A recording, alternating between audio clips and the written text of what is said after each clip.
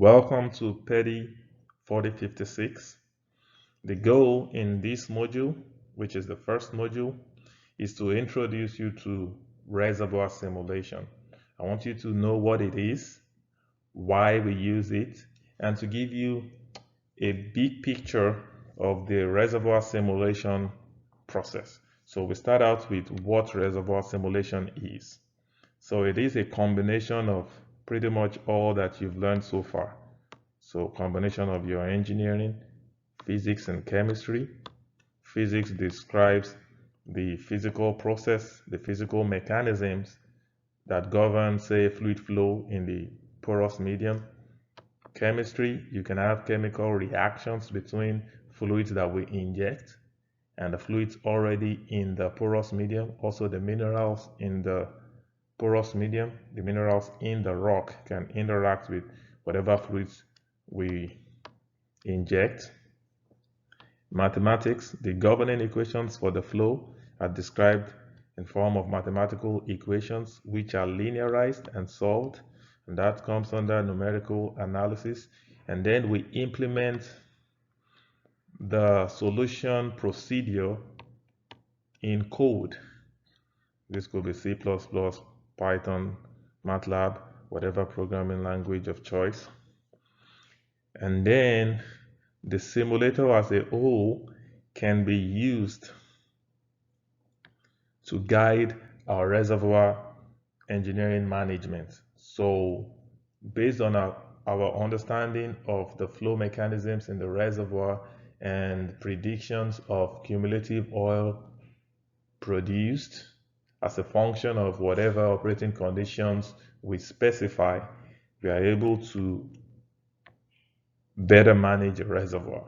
And by better managing the reservoir, I mean maximizing the total cumulative oil you can get from the reservoir. So reservoir simulation can be used as a powerful tool for reservoir management. When you use it the right way, you can predict how the reservoir will perform under different operating conditions. So if you produce the reservoir at a higher rate, it's possible you get higher oil rates today, but when you look at the cumulative production over the life of the well, that might be a worse operating conditions. So how do you figure out that optimum condition to produce your well at?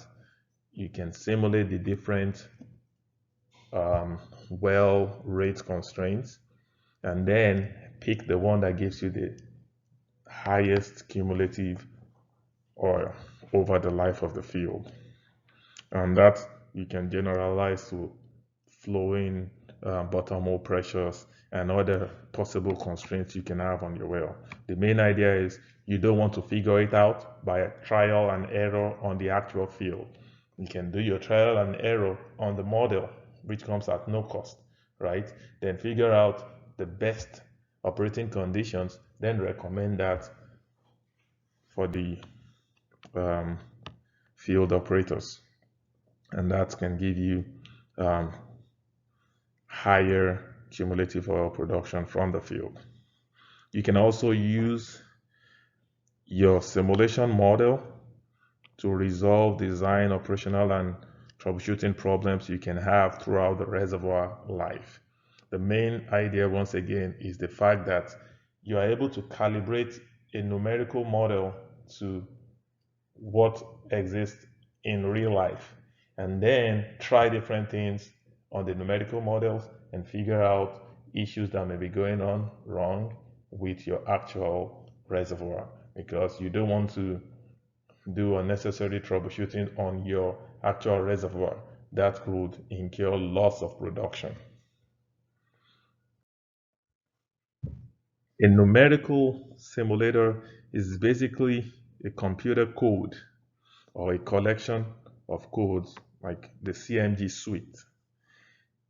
So it's a computer code which solves the equations that govern the physics of flow, or and that flow could be heat or mass flow in the porous medium.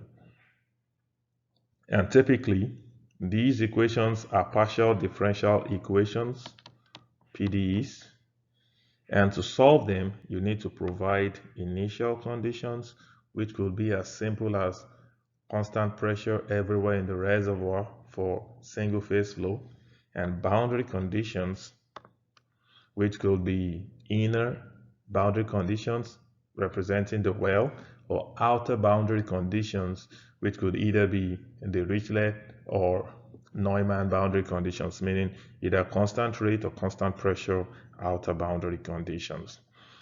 So the simulator is a computer code that solves the governing equations for the physical mechanisms in the porous medium. Now, the physical mechanisms could be fluid flow, which can be single phase or multi-phase. It could be heat flow. So the fluid flow is the mass flow. It could be heat flow, meaning there's some temperature gradient. And how can you get this? Say thermal recovery, where you are injecting steam into the reservoir. The steam is hotter than the reservoir. The temperature of the steam is higher than the reservoir temperature, and that leads to flow of thermal energy. You could also have geomechanical deformation, and we just say geomechanics, meaning as you're producing fluids, pore pressure is going down, effective stresses are increasing, and the rock can actually get deformed as geomechanics. You can also have chemical reactions, which I talked about earlier, right? Reactions between fluids you are injecting and the minerals in the rock, or the fluids in the rock. So you can have several different governing, several different physical mechanisms going on in the reservoir. And you can develop a computer code that solves the governing equation for each of these physical mechanisms. And like I said, these equations are all PDEs typically. And to solve the PDEs, you also need to provide initial and boundary conditions. We use the word suite of programs because most of the commercial simulators, they come in as a suite. So you have in CMG, which is what we're going to be using, we have CMG stars, which is used for the governing, when the governing equations are fluid flow and heat flow. You also have CMG IMEX, which is when you have black oil flowing in the reservoir. And black oil just means you assume the oil is one component, the gas is one component, the water is one component. So oil, water, gas. And that typically works when your fluid is not very volatile. If you have very volatile fluids, which are referred to as compositional fluids, we use compositional simulators. And in CMG, the tool for that is GEMS. So by compositional simulator, it means you're simulating each of the components of your fluid. Some of them could be pseudo components. So you will simulate methane, which is C1, ethane, C2, C3, C4, C5, up to C7. And for heavier components, we typically model them as a lumped component, C7 plus, for instance. And that's done in GEMS. And these all depend on the physical processes going on in your reservoir. The number and the type of equations you solve in your simulator depends on the characteristics of the reservoir, the geological characteristics. What do we mean? Is your reservoir naturally fractured? Meaning that there are several natural fractures in the domain. If that is the case, you can use a double porosity reservoir model. If that isn't the case, meaning little or no fractures, what you have is a single porosity. In the double porosity, it just means you're modeling two different systems. So you have two different equations. One for these fractured domains, so you call it like a continuum, So there's a fractured medium continuum. There's also the matrix continuum. Then do you have geomechanical parameters, in which case you will need to also solve the equations that govern geomechanics. And I'll continue from here in the next video.